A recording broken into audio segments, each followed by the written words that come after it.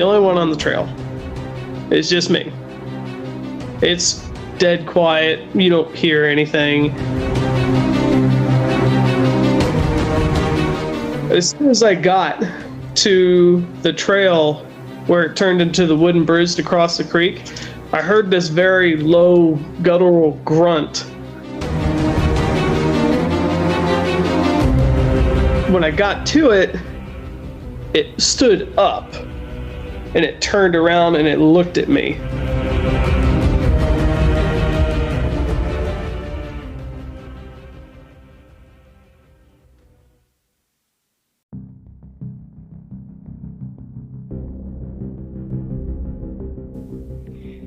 This is the Cryptic Creatures Podcast. I am Brian, and with me, as always, is my co-host, Todd. What's going on, buddy? Hey, Brian. How's it going with you, man? Oh, man, it's great. It's great. Hey, if listen. If it ever stops raining, it'll be even greater. I hear you. Or getting hot as hell as well. Yeah. So, tonight's episode is very interesting to me. It kind of hits home a little bit because the encounter happened in Myakka River State Park. That's right, down in old Florida, IE. Down in Florida. And my wife and I were just there in January of 2021.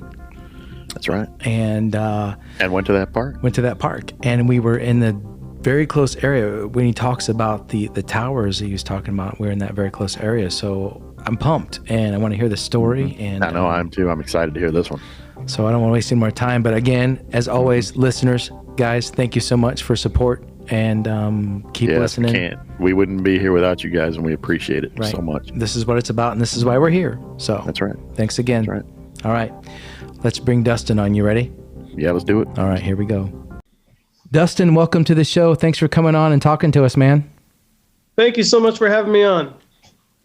Yeah. Nice of you to come in and take the time. Yeah, you're absolutely welcome, man. We're excited about talking to you about your encounter tonight. Yeah.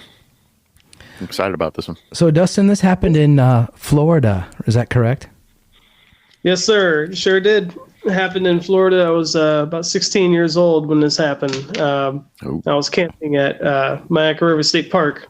I've been to Myakka River State Park. Yeah, actually. Todd, you've been there. January of this year, me and my wife went there hiking around because I had heard of encounters around that area. And we got to talking about encounters on Facebook, and you had replied to a comment or something like that, and we started talking, and I found out that's where you had your encounter, so I was excited to get you on here and get us talk to you on the show. So thanks again for coming on. Absolutely. So you said you were 16 when this happened. Are you from Florida originally? Yep, born and raised in Florida. I'm from Punta Gorda. It's a little town just south of that. All right, I like Punta Gorda. Is it Punta Gorda? Is that how you pronounce it? That's how I say it, so I don't know if that's how you pronounce it. I pronounce it Punta Gorda. My mother-in-law pronounces it Punta Gorda. I'm not sure what the right is, but we like that place. You ever been there, Brian? Yeah. Down there? Nope, never been there. No? It's a cool little area, and there's a lot of people don't realize how much wilderness and thick area there are down there in Florida. When we went to the park, it was phenomenal. It was, I'm walking around, I'm there for one reason only, is to do some squatching, but my wife was catch a whiff of a skunk ape, something like that. But anyway, so you said you were 16 when this happened. You guys you guys were camping. Before this ever happened, did you ever hear of Bigfoot, or what they call down there the skunk ape? I never really heard of the term skunk ape. I kind of always knew what Bigfoot was. My dad used to tell me stories all the time when I was just a kid, and he said a long time ago that he had an encounter with one when he was in Illinois, but he still wasn't 100% sure either because it was way too dark, and he was terrified and all that stuff at what happened, and he was only 12 years old when this happened, so. Okay. So he had no idea what was going on, but he always told me the stories of what he had seen. Okay. So kind of knew about it. Well, maybe you can tell us a little bit about that after you talk about your encounter, hopefully, in this episode. Sure. Cool. Sure. So what was going on that day that you had the encounter? You said you were camping. You guys were at Myakka River State Park. How many days had you been there? Did you just get there? Had you been there a couple of days? What was going on? We were there. We were scheduled. Our camping schedule was for 3 days, if I remember right. It might have been 2, but I'm pretty sure it was 3. We went there. It was during the fall, so it was. Sorry, my thing keeps going off here. So we were there, and it was. I'm pretty sure it was like maybe like a holiday weekend or something like that. I'm not 100% sure.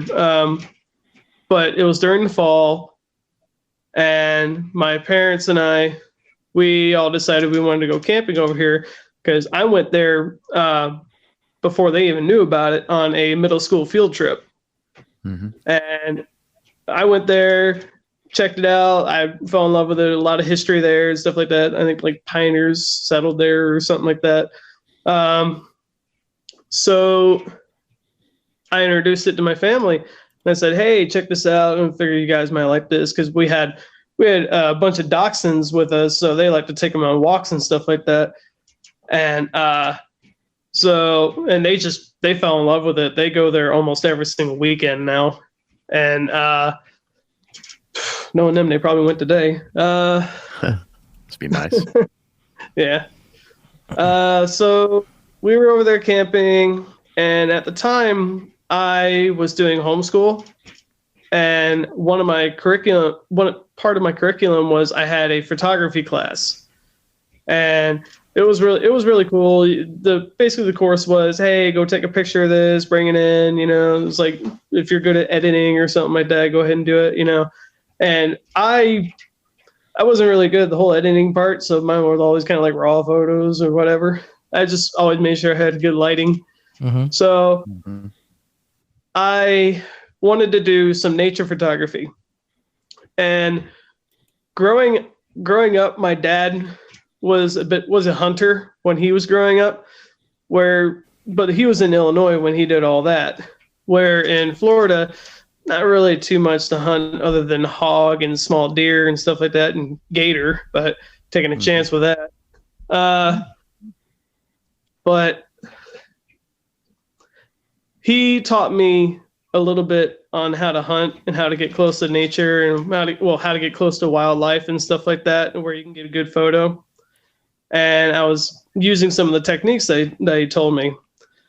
And one morning I got up, it was probably about 6:30, maybe 7 o'clock in the morning.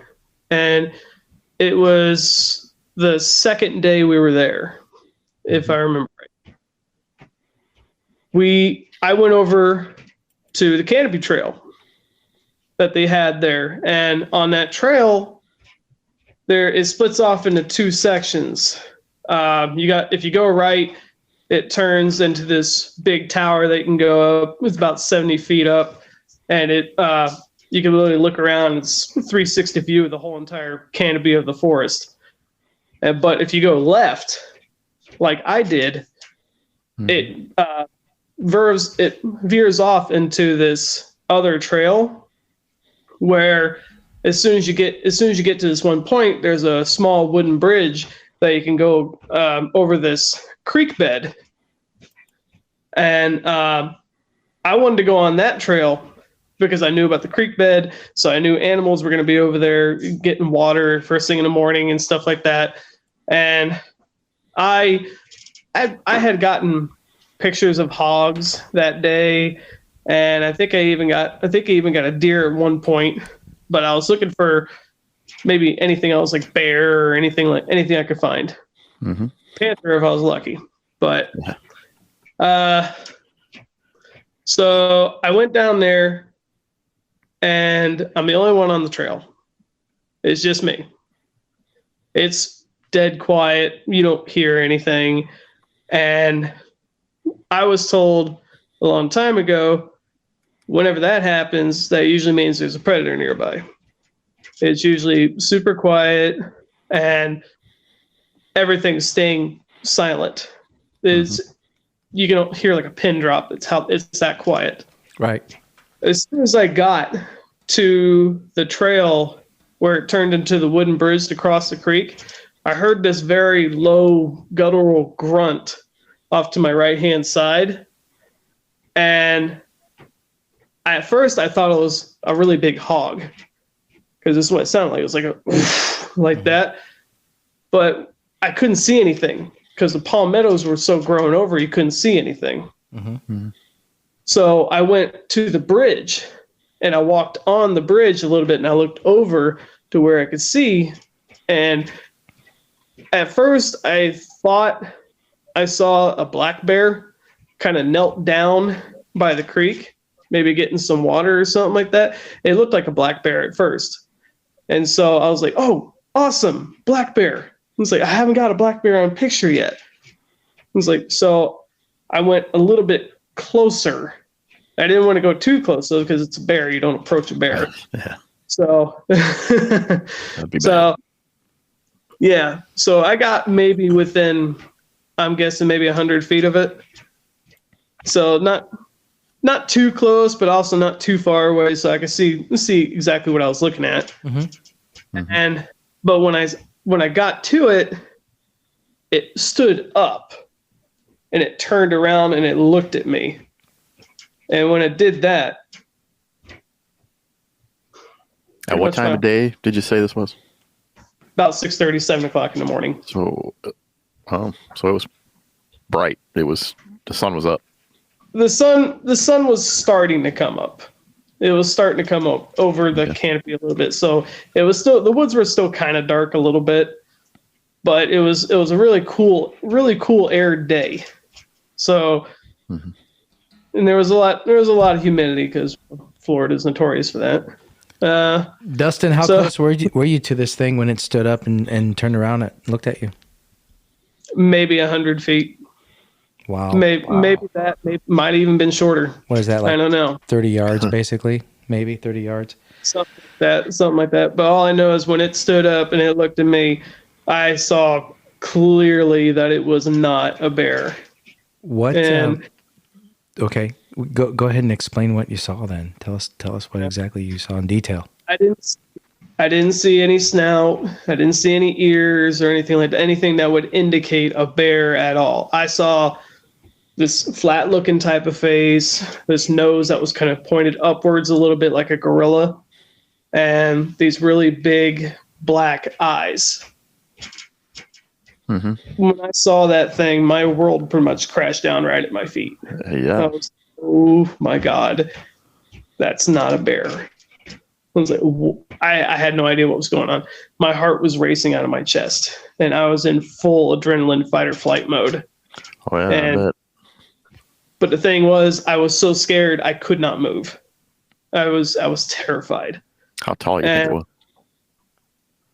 He had to be about 6'5", 6'7". Not very tall. Yeah.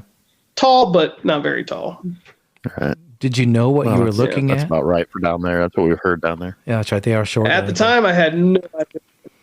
Mm-hmm. What's that? Did you know what you were looking at? When you finally looked at it and realized it wasn't a bear, did you realize it was a skunk ape, Bigfoot, whatever, what have you, or did you not?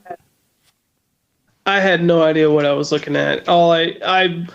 I thought it was a person originally. I thought it was somebody really covered in a lot of hair. I thought it was like a feral person, honestly, at first. But then later that night, that's when it kind of dawned on me. I was like, no, I'm pretty sure I just saw a Bigfoot. Could you tell skin color? The skin color was a dark grayish color. It was a dark grayish color. It was very, very muscular. All I know is this thing could have easily got to me and it could have torn me apart. This thing was very, very strong. I could tell by looking at it. This thing had a lot of muscle on it. And I couldn't see too much waist down because the grass was growing up so high. But torso up, he had very strong, broad shoulders and very, very muscular arms on him. Like, definitely a very strong creature. But the thing that really got me and what really freaked me out was as soon as I came to my realization, it's like, hey, I got my camera right here around my neck, ready to go. All I gotta do is pick up, click. That's all I gotta do. As soon as I went to pick my camera up and take a picture, it booked. And when it booked, it was gone maybe 3 steps, maybe 3, maybe 4 steps. He was gone, and he was fast. And the part that really got to me, though, was after that happened, this overwhelming sense of fear kind of hit me, like, what's happening here? It's like, is he going to come back around? Is he going to try to flank me or something like that? Is he going to get his buddies? What's going on? I have no clue. Sorry, I'm going to fix the camera here. There we go. So as soon as it kind of dawned on me, and after I got out of the whole panic mode, the first thought that came to my head was, you need to leave. You need to go. This is not good. You're in a very dangerous area here. You need to go. And so I didn't even think twice. I started running and running and running. And by the time I got to where my family was, I was covered in sweat. I was drenched head to toe, but I was cold. I was absolutely bone-chilling cold. And my mom, she looked at me. She's like, "You look like you're dead." He's like, "You look like you just seen a ghost." And wasn't a ghost. No. Wow. If it was a ghost, I probably would have been less freaked out. But when I told my dad what happened, my dad, since we kind of always played jokes on each other and stuff like that once in a while, that's just how my family was. But when I told my dad that, I don't think he believed me at first. He's just like, okay, whatever. And I was like, "Dad, I'm serious. I saw this." And I was like, "I have no idea what it is," but it was like, I want to leave. I told him, I was like, "I don't want to stay here another night. I want to go home." I was freaked out, absolutely freaked out. But my parents was like, "No, we're not leaving." It was like, we paid for this, and it was like, we're not going anywhere. So what did you do then? I was like, I stayed. I stayed. Did you hide in the camper or the tent, or were you in the I didn't come out very often, I'll say that. So no. I got to ask a question here. How far away from for people who haven't been to Myakka River State Park, it's really an awesome park to go to if you're in Florida. It's just down there in the Venice area, right? Just east of Venice. My in-laws. I want to say it's actually right by Sarasota. Sarasota, okay. My in-laws go down there and stay down there in the wintertime, but that's why we went up down there and went trekking through there. But they have this cool wooden towers, and they're connected with the tower walk about 100 feet in the air. So if you're scared of heights, it's not too bad. But like I said, the second tower is a little bit taller. And that day that I was there was way too many people and it was way too windy. But you said you had walked to the towers, and instead of going right toward the taller tower, you went left away from the smaller tower, more into the. No, I didn't go to the towers at all. You didn't go to the towers at all. Okay, how far away from the towers was this sighting? Would you say? Not quite sure. 100 yards, 200 yards, more than that? No. A little bit more than that. I'd say maybe less than a quarter mile. Okay. So far enough where one's, traffic's not going to run into this kind of incident unless they get a little off track. But a quarter mile is not as far as people think it is, honestly. Yeah. It's not that far. As far as we know, that thing could be coming up closer and watching people on that thing. Exactly. Mm-hmm. And I've heard deer get killed when I was on top of that tower one time. So I knew there was predators around there and stuff like that. I'm not sure if this thing was going after deer or not, or if it might have been something else. But I've heard a deer get killed there when I was on that tower. You heard once. A deer screaming or doing its. Okay. Yeah, doing its screaming. Okay. Yeah, been out in the woods enough times to know what that sounds like. Have you been in that park several times, or before that? Have you been back since this? Hundreds of times. Yeah. Hundreds of times. I love it. I love it over there. It's such a peaceful place to go. It is really cool. And I enjoy going out in the woods anyway, so I'm not gonna let something like this deter me from going out in the woods. I actually, after it happened, I got really curious and I wanted to know more, and so it just kind of, I guess you could say, it became a bit of an obsession. I started listening to other encounters and started watching YouTube more, and started going on the BFRO website and looking at the recent encounters and stuff, and even did a couple of little independent investigations on my own, but nothing big, nothing major. Right. Yeah. Would you say this thing, when you saw this thing, would you say it looked more human-like or maybe more ape-like, or what do you think? Honestly, it looked like a mix between, I want to say it looked like a mix between a gorilla and maybe a billy ape, if you guys know what that is. It looked like a mix between a gorilla and a billy ape. So definitely more ape-like, not human-like in the face. Yeah. It looked way more ape. And you said it had black fur? Is that what you said?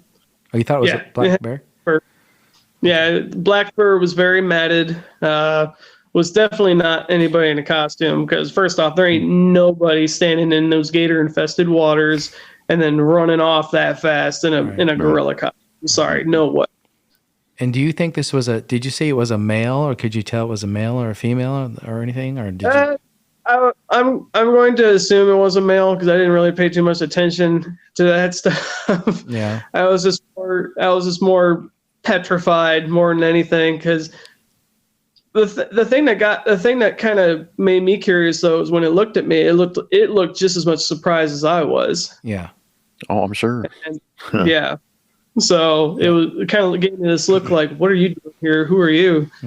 It was weird. It was a very, very weird encounter. You caught it off guard, just like it caught you off guard. Yeah.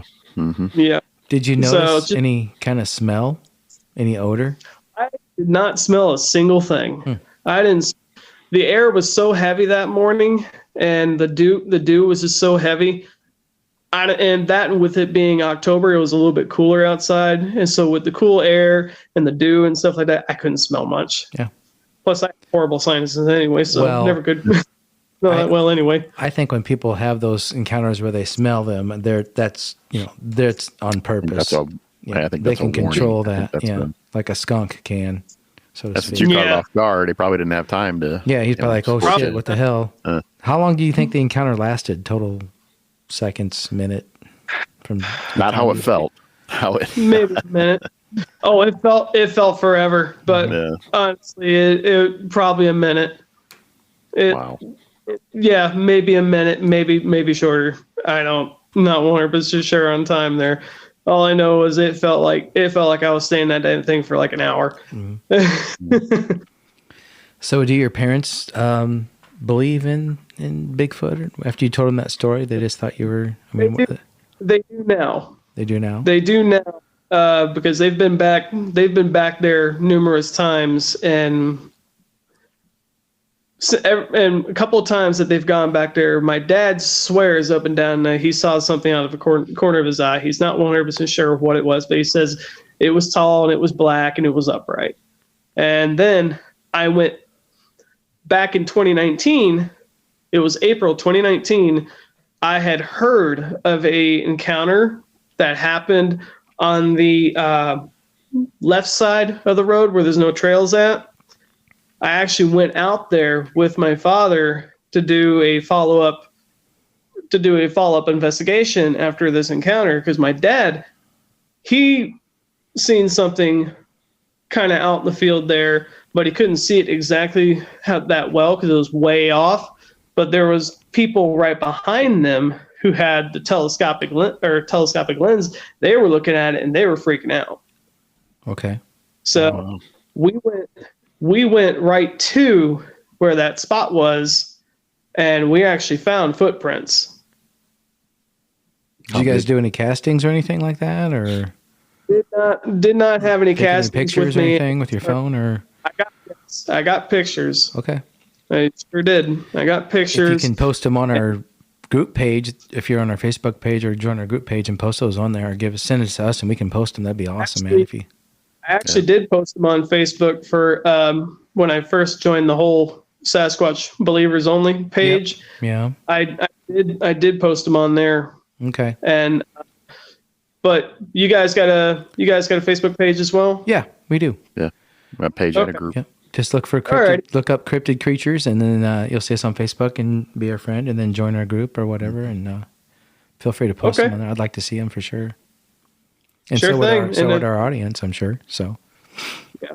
And when the thing that's really cool about the pictures that I found, or the footprints that I found, not only did I find a set of adults, but I actually found juvenile. Oh, right next. Nice. So little teeny baby prints, maybe yay long. So okay. Wow. All right. Yeah, I can't wait to see those. That's awesome. So after those, the days after this happened, how were you feeling? What were you kind of going through? Were you dealing with it okay? Were you scared to be outside at all? What were you doing? How'd you cope with that? After it first happened, I did not want to go in the woods. I did not at all. I was absolutely terrified to go out in the woods. I didn't even want to go around the windows of my house at night because I was freaked out about that too. So it was, yeah, I didn't want to go. I didn't want to go outside my grandparents' house because they lived around the woods and stuff like that. I did not want to be outside at all at night. Mm-hmm. I was freaked out for quite a long time. And it only took me, I don't know, I don't want to say recently, but to go back out there in the woods and to do investigations on my own.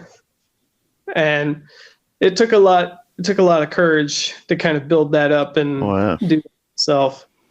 Yeah, and you're going out hoping to see one again, obviously, right? That's why you're going. Do you want to see? What are you hoping to get? Are you hoping to get a picture, a video, a close up? What are you looking for there? Some kind of proof to show someone? Honestly, even if I saw it again, even if I didn't get photos or a video or anything, if I just saw it again, I think it would be a form of closure for me. Honestly, it would be like, okay, I know I wasn't going crazy that day. I actually did see this. Mm-hmm. And it was like, okay. Right. But also, personally, I want to get involved in this field and get involved with it more, is because I'm not sure exactly what's going on with this species per se. Like, is it endangered? I have no idea. Mm-hmm. I have no. And nobody does. So I guess I'd say, yeah. So I guess I want to maybe try to prevent any accidents from happening in the future, or maybe even possibly preserve a species from going extinct. Right. So yeah. We're just that's why most of us have gotten into this. Yeah, I mean, we're trying to help prove the existence, getting more people to believe, either by hearing eyewitness stories or seeing it for themselves. I have not had an encounter, and Brian has not either. Me either yet. I would like to, but I don't want to also go through the experience that I hear a lot of, where it messes with people. But for you to be brave enough to go back out there and hunt for these things and want this closure is awesome. Yeah. But for you, because we hear a lot that, no, I haven't gone back in the woods, or no, I don't ever want to see one again, or no, we hear I've got friends that I've met in the past who have seen things like this, and they won't go out. They won't go back in the woods. They said no, they'll never go back in the woods again. They said they're terrified. They don't want to see it again. And then I've met some crazy people like myself who want to go out in the woods all the time. Yeah. Did this thing make any noise at you when you startled it? Or? No, this thing was super quiet when I saw it, which the only time it really made noise was when it ran off. And when it ran off, it crashed through everything. It was crashing through trees. It was crashing through bushes. It was knocking things out of the way like they were nothing. Mm-hmm. Wow. But honestly, I did not hear it at all. Other than the grunt that I heard when I was first coming up there, that's all I heard. What do you think it was doing? I think it was foraging for food. Because if you notice in the creeks there, the next time you go there, look around. Every once in a while, you'll see these little teeny tiny clam shells. And I know that they like to pick those up and break them open and eat them. Mm-hmm. I did see I've seen those things. Yep. Mm-hmm. I've seen those things broken around trees there before. So. Interesting. How'd they get there? Right, exactly. Yeah, they'll be far away from a creek. And I was like, how'd you get over here? Mm-hmm. The alligator just carried it in its mouth, sucked out the muscle, and spit the shell out, right? Yeah. Right. Yep. Okay, wow. Well, you said your dad had an encounter he told you about, too. Where did this happen at? Yeah, this happened up in Illinois. He said it was around Hillsboro, Illinois. Where's this at again? Say that again. Hillsboro, Illinois. Okay. Hillsboro. Yeah. Where is that in Illinois? Is that southern Illinois? I think so. Okay. So what was going on there? He was out camping with a bunch of friends, and he was 12 years old, and they had this old pickup truck that was, I don't know exactly what kind of truck it was, but it had this long bed on it.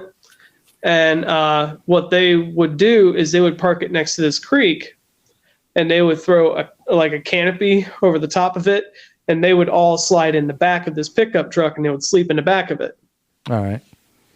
Yeah, just to get off the ground and whatever, and I guess security from animals or whatever. And this is the story that he told me. He said when they were camping that night, they had the fire going, and all of his friends that were sleeping around the fire, they were all passed out. Everybody was asleep. They had all been swimming in the creeks and, just doing what kids do. And he woke up. He said it was probably like around 2:00 in the morning. And when he looked back, he had this strange feeling like he was being watched. When he looked back, he swears up and down to this day that he saw a tall silhouette of a creature standing on the other side of the fire, just looking at the fire and just looking around at everybody else. All right. It wasn't doing anything. It wasn't making any noise. It was just looking at everything. And he said it scared him to death. He said he was terrified, but he said he knew something was there because you don't just see a random silhouette like that, being illuminated by the fire pretty good. Mm-hmm. But he said all he did was he just tucked his head back into a sleeping bag and he went to sleep. I wouldn't have been able to sleep. Yeah. Right. Well, I guess at that age, you put the cover over your head. I guess you feel safe. True, yeah. But he said the next day. Yeah, he said the next day when he got up, he looked around the camp and he saw footprints all around the camp. Interesting. Pretty decent sized footprints. Wow. Bare footprints, obviously. Yep. Who walks around barefoot in the woods? Yeah. Yeah. At night, and where you can't see anything. And even kids, right? Little kids, right? So Dustin, you still go out on these adventures, you said, to this day, right? Yep. Is that where you're living at now, not in Florida anymore, or? No, I'm in North Idaho right now. North Idaho, okay. Actually, that's pretty squatchy up there, too. Oh, yeah. There's some squatch stuff all over. They grow them bigger up there. What took you out there? Did you go out there to do some squatching or just a job or a bit of both? Being born and raised in Florida, I've been in Florida for 29 years. I was kind of ready for something new. Me and my wife, we decided we didn't necessarily want to be in Florida anymore, so we decided, hey, you want to come out here to the Pacific Northwest? Good for you. And I was like, sure. Sure, it's beautiful out here. My wife, she's originally from Olympia. Oh, okay. Nice. So, really? Nice. Yeah. Has she ever had any kind of encounters or anything up there? I mean, that's prime country. No, she's staring at me right now. She actually don't tell them anything. She's a skeptic. She doesn't believe, huh? So have you gone? You're out there in Idaho. Have you gone over to the Olympic Peninsula? There's supposed to be a hot spot over there. Don't you visit your in-laws, Dustin? Yeah, we visit the in-laws. We're actually going to be going over here. We're going to be heading over on the 30th of this month. We got a wedding we got to go to over in Olympia, Washington. And so we're going to go attend a wedding over there and then spend a few days over there with family. Well, you let your wife know. We think she should give you a couple hours to do some hiking while you're there. Go take a walk. Yeah. It's exercise. She just looked at me. She's like, "You do what you want." Well, tell her thank you for us. That means no. Yeah. Well, that's awesome. That's awesome. So you are in some good territory up there in that area. I got to check a map again, but sure. Yeah. So how close are you to Oregon and Washington? Not far. I live in Coeur d'Alene, Idaho, and we're right next to Spokane, Washington. Oh, wow. So I'm way north. But Oregon's a pretty good drive. Yeah, that would be Washington's a few more hours spot. south. Washington's prime spot for sure. Especially around Spokane, yeah. I had no clue. And you saw this in Florida of all places, and you're in the prime territory. Yep. That's pretty cool. So doing all your studying and everything, I mean, and having your encounter and hearing your dad's encounter, I mean, what do you think about Bigfoot and Sasquatch? What's your theory on this thing? My theory, I honestly believe it is a descendant of Gigantopithecus. That is we've got the fossil records of it and stuff like that, and I believe 100% that's just what it is. I don't think there's any form of evolution or anything like that. I think that's just a theory, whatever, But honestly, I think it's just a great ape. Mm-hmm. I think it's just a great ape that lives in North America and all around the world. Yeah, I have that same philosophy too. I think that it's definitely a descendant of a different species. And the thing that gets me with this whole thing, Dustin, is people will agree or believe that because science says Gigantopithecus lived off of a jawbone they found in a cave. Mm-hmm. People, the piece, right? People will read that, and science says it's real. They'll if they read that book that talks about Gigantopithecus, they'll pretty much believe it, right? Because it's not here anymore, and they don't see it anymore, so to speak. Right. But you have all these thousands of witnesses and thousands of foot castings and all this hair samples and whatnot and proof, and people just deny that there's a Bigfoot or a Sasquatch running around North America. It's not possible. But the same people will believe that Gigantopithecus was real because science said it was, based off a part of a jawbone. So that I love the concept because I believe it, but the theory cracks me up because people are so hypocritical when it comes to that process of that Gigantopithecus. But yeah, I feel the same way. Do you think they're at all dimensional, interdimensional, spiritual? People talk about that, like the cloaking and the footprints just were gone. What do you think about that whole thing? Is that BS? Nah, I think it's just a flesh and blood animal. Yeah. Honestly, myself, I'm not. I have no idea about that whole interdimensional thing. I have no disrespect to anyone who thinks that way. And it's like, look, that's the way you think. That's fine, But in my opinion, I believe it is flesh and blood creature. Yeah. When you saw this thing before it saw you, or when you saw it at the same time, did you get? Mm-hmm. Did you have a feeling that you were being watched at all? Probably not, because I didn't see you. Maybe. No, I was more excited more than anything at first. Because when I came up on it, like I said, I thought it was a black bear. Because it was hunched down, and I'm pretty sure if it wasn't foraging for food, it was probably drinking water or something like that. Because it was hunched down pretty good. But when it stood up, it was like, oh my God, that is, you are not a black bear. Yeah. So, did it open its mouth? Did you see its teeth at all? No, it did not open its mouth. Okay. Did not open its mouth. I did not see any teeth. Gotcha.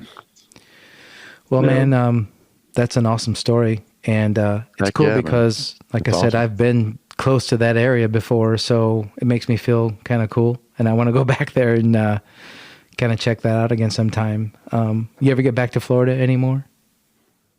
I'm going to be going back this December to visit family for Christmas. Mm-hmm. You going to check out the park again, you think, or what? Oh, always. That's my home. All right. Cool. Make sure to take your wife with you so she can enjoy it too. Oh, I will. She loves get a look at one. Yeah. We actually had one of our first dates there. Oh, that's awesome. Oh, yeah, nice. Yeah. Yep. My wife is not a believer either, but I did take her to the park and make her walk down some pretty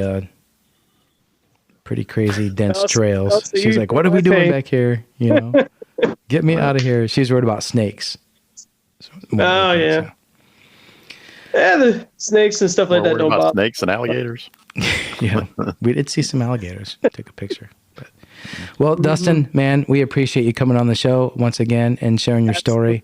Yeah, that was a great story. That was a great story. Thank you. Yeah, we do. And if you are down there or anywhere else in Idaho and run into anything else that's interesting or want to let us know, and make sure you share those pictures. Share those pictures of the castings or the prints on our Facebook.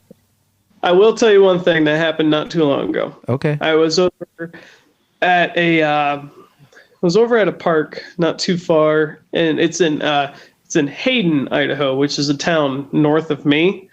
There's a state park over there. It's called Farragut State Park, and it's a pretty popular tourist attraction. You got a lot of campers over there right now. I went over there not too long ago when my wife was out of town visiting her sister. Mm-hmm. And I was bored. I didn't want to sit at home. Yeah. I'm not one of those people that sit at home all the time. I like going outside. Yeah. But if you got squatching time, you better take advantage of squatching time. Exactly. Right. Exactly. So I went over there and I had my portable speaker with me. I had a long piece of wood that I had saved. And I was doing some tree knocks and some call blasting, just on whatever I could find on YouTube, basic whoops and stuff like that. And I didn't get any whoops back, but I'm pretty sure I got a tree knock back. Oh, okay. Yeah. Wow. So other than that, nothing new recently. Right on. Cool. Yeah. The chances of seeing one, it's like hitting the lottery, mm-hmm. Basically. Maybe not as good. I don't know, but I also heard that sometimes you probably have a better chance of winning the lottery. Yeah, but I've also heard that sometimes people who have seen one always have, sometimes they have second encounters or something like that. So I don't know. So hopefully you'll get lucky. We'll see. Maybe. Anyway, man, thanks again for coming on. Cool. Absolutely. Thank you for having me on. We appreciate it so much. Yeah. All right. You take care and we'll talk soon. All right. Talk to you guys later. All right. See ya. All right, man. What do you think about that? Wow. That was crazy. And he was awfully close. He was very close. Like I said, I think my wife and I were in that vicinity. We climbed that tower, and then had I known, it was within, maybe a quarter mile, whatever he said it was. But right.